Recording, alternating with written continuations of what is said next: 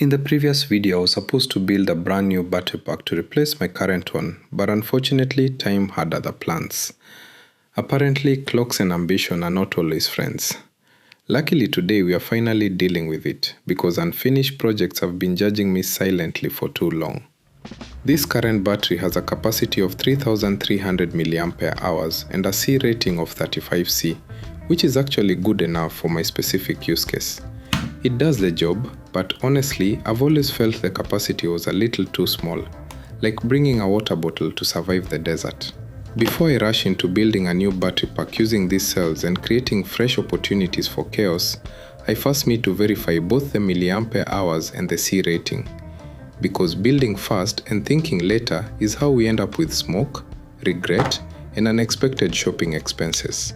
This step is important because any new battery pack I make needs to actually perform better, not just look impressive and disappoint. For this project to be successful, I will need 4 resistors, each with a resistance of 1.5 ohms, each rated to handle 30 watts. Give me a sec and I will explain why I chose these types of resistors with these specs. I will also need one prototyping board so as to prevent it from turning into a tiny electrical disaster. A few minutes later, this is what I have come up with. It may not look like much, but trust me, somewhere in this mess is science pretending to be organized. So, the good question you need to ask yourself is, why have I connected these resistors in parallel and not in series? And no, the answer is not because it looked cooler, although that was definitely a factor. If these resistors had been connected in series, their resistances would have simply added up to 6 ohms. But to make this test more accurate, what I need is very little opposition to the flow of electric current, and this is why I have the resistors in parallel instead. Additionally, I also need this device. In a few minutes, you will understand why I need it in this test that I am about to commence. Right now, it just looks suspicious, like something you'd find in a drawer named "Do Not Touch." Some of you who are long-time followers know there is absolutely no good reason for the troubles I went through making this device. Absolutely none. It was one of those projects where halfway through you stop and ask yourself, am I learning or just suffering academically? After watching this video, find the link to that video in the description below. It's basically a documentary of me making life harder for myself. Now let's get serious and explain the theory side of this test before getting practical. Because if I'm going to do something questionable, I at least want it to sound scientifically justified first. Alright, let's dive in. This device consists of 4 resistors, each with a resistance of 1.5 ohms. To determine the total resistance of the 4 resistors when they are connected in parallel, I divide 1.5 ohms by the number of resistors. This results in a total resistance of 0.375 ohms, indicating a significant reduction in resistance since all resistors are equal. With a total resistance of 0.375 ohms, current flows very easily because the combined resistance decreases when the 4 resistors are connected in parallel. Let me provide an example. If I have a single LiPo cell with a voltage of 4.2 volts, I can calculate the total current consumed by the resistors by dividing 4.2 volts by 0.375 ohms, resulting in a current of 11.2 amperes. Now, for a 3S battery pack, which has a total voltage of 12.6 volts when fully charged, I divide this voltage by 0.375 ohms, yielding a current of 33.6 amperes. It's important to note that at this current of 33.6 amperes, the voltage will be a problem, but let's set that thought aside for now. Next, let's consider a 4S battery pack which is fully charged to 16.8 volts.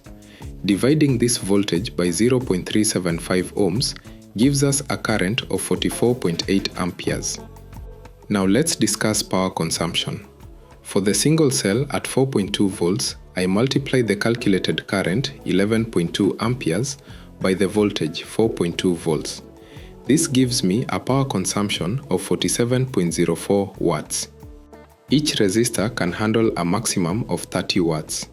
If I were using just a single resistor, that would be a different case. However, since I have 4 resistors, I divide the total power, 47.04 watts, by 4 to distribute the load. Therefore, each resistor handles approximately 11.76 watts, which is within its safe operating range. Moving on to the 3S pack at 12.6 volts, I multiply this voltage by the current 33.6 amperes drawn by the 4 resistors. Calculating this results in about 423.36 watts. Dividing this total power by 4, I find that each resistor would theoretically handle 105.84 watts, which exceeds the safe limit for each resistor. Consequently, the resistors could overheat. For a 2S pack, which has a fully charged voltage of 8.4 volts, if I multiply this voltage by the current 22.4 amperes, I get 188.16 watts. Again, upon dividing this total power by 4 resistors, each would have to manage 47.04 watts, putting them over their safe limit. To avoid overheating in a 2S, 3S or 4S pack setup, I would need to include more resistors to distribute the load safely. Now let's calculate the theoretical maximum current using Ohm's law. I'll provide 2 examples, keeping in mind that one of them is not advisable. For a single LiPo cell at 4.2 volts with an internal resistance of 0.09 ohms, I divide 4.2 volts by 0.09 ohms. This results in a theoretical maximum current of 46.7 amperes. While that's the maximum current, practically you can only draw about 25% of that value, meaning this single LiPo cell could sustainably handle approximately 11.675 amps. However, I wouldn't advise using 50%. Rather, estimating around 25% would be safer. Using the safe cutoff region of most cells set at 3.3 volts, I calculate the voltage drop by subtracting the cutoff voltage from the fully charged voltage. So, 4.2 volts minus 3.3 volts gives me a voltage drop of 0.9 volts. Again, using the same LiPo cell with 0.09 ohms of internal resistance, I find the current by dividing this voltage drop, 0.9 volts, by the internal resistance, 0.09 ohms, resulting in a maximum current of 10 amperes. The difference in approach yields a smaller discrepancy than the first method, where the current was 1 or 1.5 amperes higher, but I prefer the second method for its reliability. To estimate the C rating of a battery cell, you can use the following formula. C rating equals max amps divided by capacity. For example, if we have a cell that can output a maximum of 10 amps and has a capacity of 1000 mAh, which is equivalent to 1 ampere hour, we can calculate the C rating as follows. C rating equals 10 amperes divided by 1 ampere hour equals 10 C. Now, if we take the same cell but with a capacity of 1500 mAh equivalent to 1.5 ampere hours, we would have C rating equals 10 amperes divided by 1.5 ampere hours equals 6.67 C, approximately 7 C. As a general rule of thumb, cells suitable for use in RC cars or drones are ideally those with very low internal resistance, around 10 milliohms, which indicates a high discharge rate. Cells with internal resistance between 20 milliohms and 30 milliohms are considered average. However, cells with internal resistance above 50 milliohms should be avoided, as they are either meant for low current applications or are likely aged. Alright class, enough theory. Before these notes start putting us to sleep, let's head to the lab for the fun part, touching actual equipment and pretending we totally know what we're doing. For today's demonstration, I'll be using this battery as our main suspect, case study, to find out whether its C rating is strong enough to survive life inside an RC car without giving up halfway through the race. I chose this battery because of its impressive capacity. It talks big, but now it's time to prove itself. I don't doubt its confidence, but since the C rating isn't written anywhere, we need to investigate, test it, and uncover its true identity. Before I start testing the C rating of this battery, I had to make sure it was fully charged, because testing a half-asleep battery would be like asking someone to run a marathon before breakfast. Good news, it's fully charged and ready for judgment. Now that the battery is at full capacity, I'll switch on this device to check its total capacity in milliampere hours before we investigate its mysterious C rating, because every battery deserves a proper background check. To keep this video short and save us all from a 3-hour documentary, I won't dive into how this device works right now, but don't worry, I've linked another video in the description where I explain exactly how I built and tested it, step by step. Think of that video as the director's cut, but with more wires and less popcorn. Well, looks like this test decided to add a little drama. This USB voltage and current meter definitely shouldn't be switching off while the voltage is still above 3 volts. That's like leaving a football match at halftime and claiming you saw the whole game. Something isn't right. I think I need to throw in another cell and figure out exactly when this test decided to clock out early. So here's what happened. The device shut down at 3673 mAh, and the LiPo cell was sitting at 3.17 volts when it apparently decided it had done enough work for the day and went to sleep. That means there are still some milliamps left hiding in there, which means, yes, unfortunately I have to run this test again. I know, I'm also disappointed. But luckily for you, thanks to the magic of editing, it won't take long. For me, emotional damage. Now this is what I was talking about earlier. The voltage should be somewhere around 3 volts if not lower. And now the reading is showing above 4000 mAh. Sure, this device isn't NASA level accurate, but at least it gives us a solid idea of the cell's capacity, and that's enough for capacity investigation. And now, the moment many of you came for, the C rating test. Yes, finally. Sorry for the suspense, but all those earlier tests were necessary. Science likes to waste our time before giving answers. Alright, first things first, I need to check the battery's voltage, because starting an experiment without checking voltage is like starting a road trip without fuel. Bold, but not wise. I don't think the battery needs to be fully charged just to check internal resistance. Right now, this cell is sitting at 4.16 volts. Or was it 4.15 volts? Honestly, I might need to see a doctor for this memory. I forget numbers faster than I forget where I put my screwdriver. Next, I need to connect the multimeter to this device with 4 resistors. And now, you'll finally understand why I attached 4 crocodile clips instead of just 2. One side is for the multimeter, and the other side is for the battery. See, I'm not crazy. At least not about that. But wait, something feels wrong. The voltage is actually rising. What am I doing wrong? And why is this crocodile clip hotter than my future?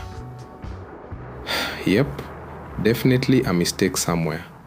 Maybe you brilliant people in the comments can explain what bad vibes I've created here. And here I am again, standing in front of another project asking myself, what did I do wrong this time? Also, yes, I got burnt. This heatsink is ridiculously hot, and after about 1 minute and 1 million questions, I removed the battery, the purple one specifically, to see if that fixes the issue before I accidentally invent fireworks. Okay, now things seem a little less dangerous. Let me connect the negative terminal and see what explodes next. With the cell connected to both terminals, the voltage dropped to 3.61 volts, but the MOSFET is still hotter than my exam results. Seriously, what is happening here? I should have disconnected this battery from my very professional, definitely not suspicious homemade capacity tester before doing this test. Now here's something weird. When the positive terminal touches the heatsink of this step-up converter, the device turns on. But when I connect the negative terminal, absolutely nothing happens. Can someone in the comments please explain this before I start questioning physics itself? At this point, I trust nothing. Anyway, with the 4 resistors connected, the battery reads 3.61 volts, not forgetting that the 4 resistors have a total resistance of 0.375 ohms, giving us a voltage drop of 0.54 volts. To calculate the amps that these 4 resistors drew, I divide that voltage drop by the total resistance, and I get 9.6 amps. Next, I take that same voltage drop of 0.54 volts and divide it by the 9.6 amps, which gives me an internal resistance of 0.056 ohms, or 56 milliohms if you want to sound smarter in class. And if you're wondering where that magical 0.9 comes from, please rewind to the theory section where I explained it like a responsible person. Now divide that by 0.056 ohms and we get 16 amps. That means this cell can safely deliver 16 amps continuously without turning into a smoke machine. Now for the main event, the C rating test. To calculate the C rating, we divide the 16 amps by the battery's 4 ampere hour capacity. That gives us 4C.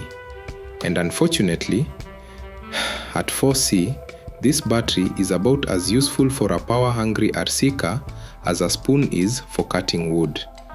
So what if I connect 2 of these cells in parallel?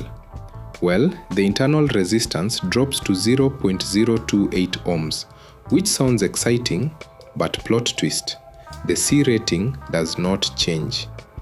What actually happens is the output current doubles to 32 amperes, but the total capacity also doubles to 8 ampere hours.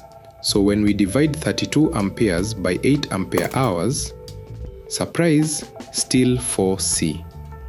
This is why connecting batteries in parallel increases current and capacity, but not the C rating itself. In short, no matter how much emotional support you give your battery, series or parallel, the C rating stays the same. Physics is stubborn like that. And now that we've confirmed this cell is not suitable for building a new pack, I need your honest opinion. Was this video a complete flop? Or was it actually a success because we discovered the weaknesses of this cell before I accidentally built a very expensive bad idea? Personally, I call that progress. Science doesn't always give you victory. Sometimes it just saves you from embarrassment.